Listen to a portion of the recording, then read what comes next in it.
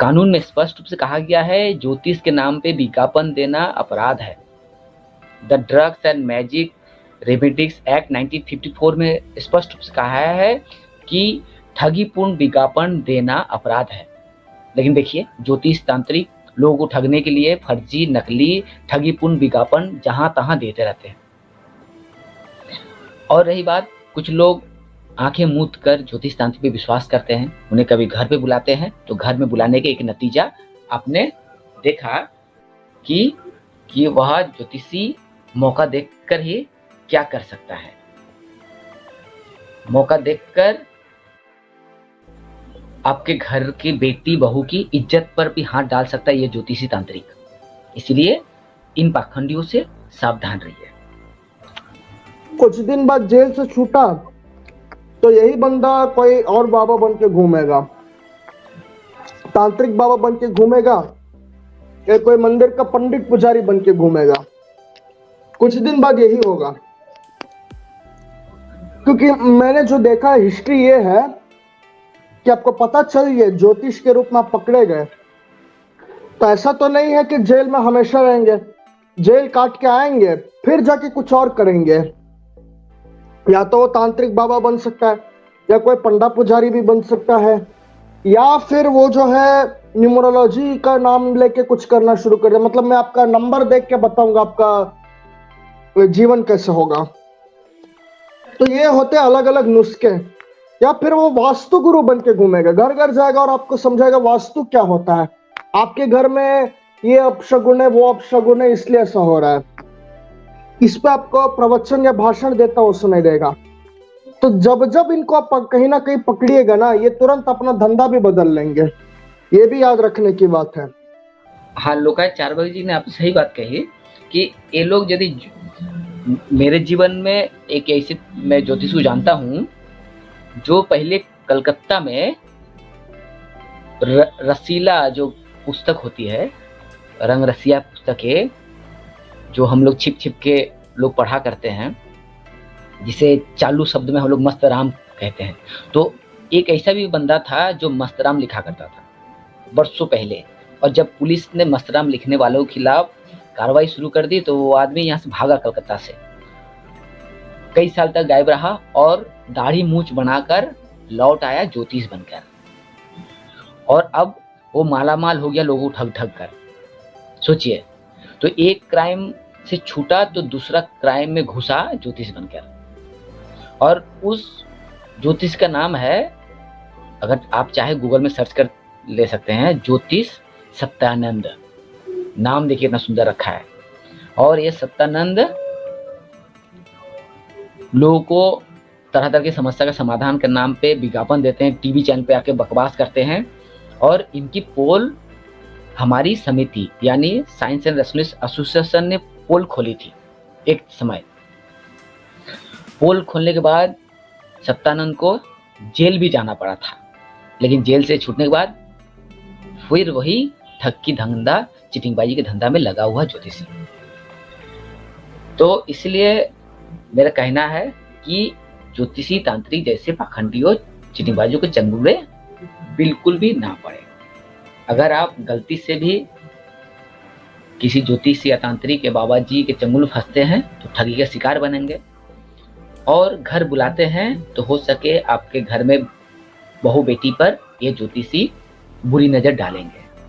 तो इसीलिए अगर किसी ज्योतिष या तांत्रिक को घर बुलाते हैं तो उसका क्रिमिनल बैकग्राउंड क्या है उसका पता लगा लीजिए, उसे सर्टिफिकेट मांगिए। कहीं आप जेल से तो छूट के भागे नहीं है, कोई बड़ा अपराधी तो नहीं है आज दाढ़ी बनाकर बड़ा बड़े ज्योतिष तांत्रिक बनकर घूम रहे हैं। क्योंकि देखिए क्रिमिनल साइंस में ये भी कहा जाता है, अपराध विज्ञान में, कि बड़ा बड़ा अपराधी खुद को छिपाने के लिए ये बाबा बन जाते हैं, तांत्रिक बन जाते हैं, कभी कभी ज्योतिषी बन जाते हैं। लेकिन फिर कभी कभी ये किसी मठ में भी घुस जाते हैं, मठ में भी घुस जाते हैं, और वहां पे जो है ये बन के प्रचार करते हैं कि भूत प्रेत होता है। ऐसे भी होते हैं बहुत सारे। बाबा बन गए जब उन्हें लगा कि भाई आजकल का आदमी जो है विज्ञान के तराजू पे सवाल करना शुरू कर रहा है, तो क्या करेंगे, तुरंत एक मठ बना लेंगे, आश्रम बना लेंगे, और वहां पे जो है किसी राजनेता पार्टी राजनीतिक दल को या कोई राजनेता को बुला लेंगे अपने पास कि देखिए आप हम पे इन्वेस्ट कीजिए, हम आपको लौटाएंगे वोट बैंक। तो इसके चलते क्या होता है कि वो मठ बना लिया और लोगों को लगता है अरे भाई ये तो बड़े गुरुजी है, आचार्य है, बहुत बड़े आदमी है, और वो क्या शिक्षा दे रहे हैं, भाई मरने के बाद भी भूत प्रेत होता है। तो ऐसे भी बहुत सारे केसेस हुए हैं और ये अक्सर गांवों में देखा गया, और बाद में जब पता चलता है तो पता चलता है कि भाई ये तो आदमी कोई मामूली सा नहीं है, इसका बड़े बड़े लोगों के साथ कनेक्शन है, ये पता चलता है बाद में। हाँ, और चारवाक जी ने आपने सही कही, लोग ठगते ठगते खुद को बड़े बड़े लोग ठगने लगते हैं और कभी कभार मंत्रियों को साथ भी घूमना शुरू कर देते हैं। हो सके कभी ऐसी बातें कह दी और सच हो गया होगा और मंत्री भी इनसे खुश हो गए। तो अपने विज्ञापन में देखिएगा बहुत सारे ज्योतिषी तांत्रिक होते हैं कि बड़े बड़े मंत्रियों का फोटो भी लगाते हैं कि मैंने फलाना मंत्री से मिला था, उनका हाथ हथेली देखकर उनका किस्मत बदल दिया, देखिए जो कभी फुटपाथ में थे वो आज मंत्री है। तो इस तरह का बकवास भरी बातें अपने विज्ञापन में ठूंस कर लोगों को ठगने का जरिया निकालते हैं। तो ज्योतिष का या तांत्रिक का सबसे बड़ा काम या लक्ष्य मानिए, लक्ष्य एकमात्र लक्ष्य है, जो लोग अंधविश्वास में डूबे हुए हैं, जो लोग ज्योतिष शास्त्र, ज्योतिषी, तंत्र मंत्र, जादू टोना पर विश्वास करते हैं, हथेली के रेखाओं पे विश्वास करते हैं, तो ऐसे लोगों को अपने जाल में फंसाकर उन्हें ठगना है, लूटना है। तो लूट मार की एक और खबर को आपकी नज़र पे ले जाते हैं, जो खबर आपकी आंखें खोल दे। क्या पर हमेशा हमारी भी नज़र है तो आपकी नज़र बनी रहनी चाहिए, क्योंकि आप अगर गलती से भी किसी ज्योतिष या तांत्रिक के चंगुल में फंस गए तो ठगी का शिकार बनेंगे, यह 100% गारंटी है। चुनौती तो है 15 लाख की, पता नहीं कौन ज्योतिषी या तांत्रिक कब आएंगे।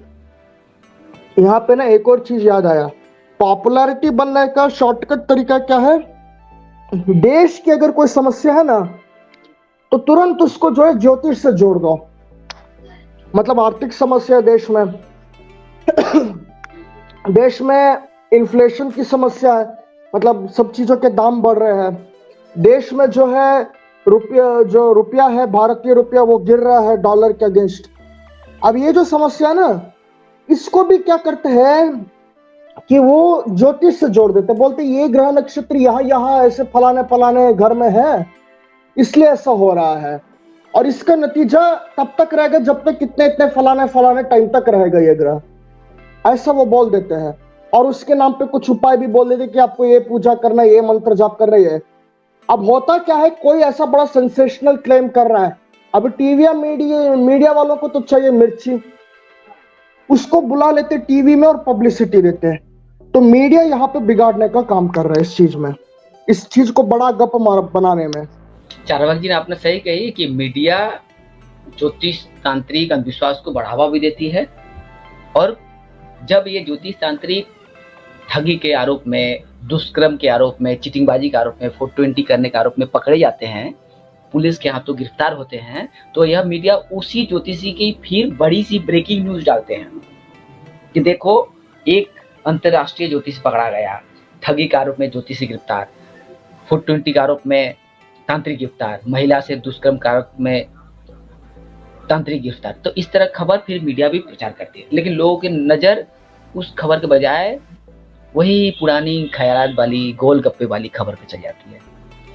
तो पब्लिक क्या सोची, किस खबर में नज़र रखेगी, पब्लिक की बात है।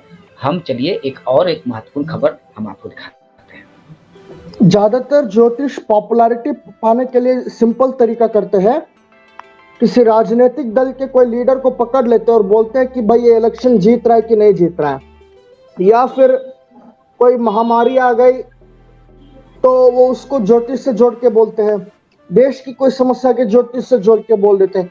ये होता है शॉर्टकट तरीका बड़ा आदमी बनने का, पॉपुलैरिटी कमाने का।